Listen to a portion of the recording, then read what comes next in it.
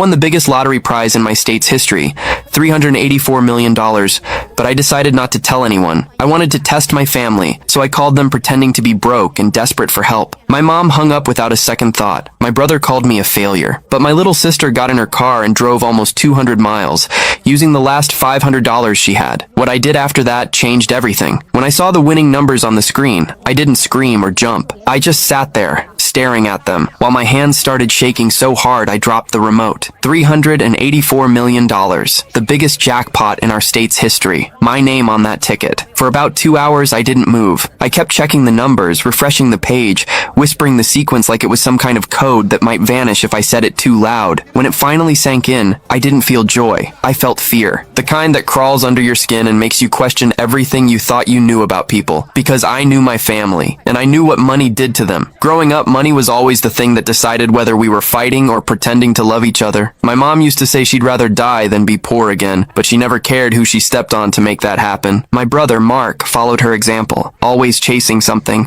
always angry when someone else had more. And then there was Lily, my little sister, 7 years younger than me. She used to sneak into my room at night when our parents fought and whisper that one day we'd both leave and never come back. She was the only person I ever really trusted, so when I realized I was now richer than everyone I'd ever met combined, I didn't feel like celebrating. I felt like testing something I'd never been able to test before, who actually loved me when I had nothing to offer. That's how the idea started. The next morning, I put the ticket in a small fireproof box and locked it inside a storage unit under a fake name. Then I called my mom. I told her my business had collapsed, that I was behind on rent, and that I didn't even have money for food. She didn't even hesitate. She said she couldn't help and hung up before I could finish the sentence. Mark was next. I told him I'd been evicted, that I needed a place to crash for a few nights. He laughed and said, "Maybe now you'll learn to stop pretending you're better than everyone." Then he blocked me. When I called Lily, she didn't say anything at first. Just silence, and then, "Where are you?" I told her I was in a motel near Springfield, that I didn't know what to do. She said she'd be there soon. It was a lie, of course. I was at home, sitting on my couch, phone in hand,